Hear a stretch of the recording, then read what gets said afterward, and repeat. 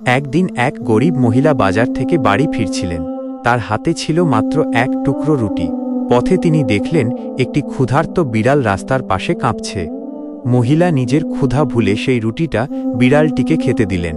কেউ তাকে দেখছিল না, প্রশংসা করার মতো কেউ ছিল না, কিন্তু আল্লাহ সব দেখছেন। কিছুদিন পর ওই মহিলা মারা গেলেন। কিয়ামতের ময়দানে আল্লাহ তায়ালা তাকে জান্নাতে প্রবেশের অনুমতি দিলেন। তিনি অবাক হয়ে বললেন, হে আল্লাহ, আমি তো কোনো বড় ইবাদত করিনি। আল্লাহ তায়ালা বললেন, তুমি একদিন এক ক্ষুধার্ত প্রাণীকে খেতে দিয়েছিলে, আর আমি সেই ছোট কাজের বিনিময়ে তোমাকে জান্নাত দিয়েছি। শিক্ষা: ছোট ভালো কাজ কখনোই ছোট না।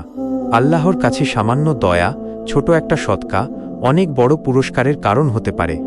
রাসূলুল্লাহ সাল্লাল্লাহু আলাইহি ওয়াসাল্লাম বলেছেন, এক ব্যক্তি একটি কুকুরকে পানি খাওয়ানোর কারণে আল্লাহ তাকে জান্নাত দান করেছেন। সহিহ বুখারী।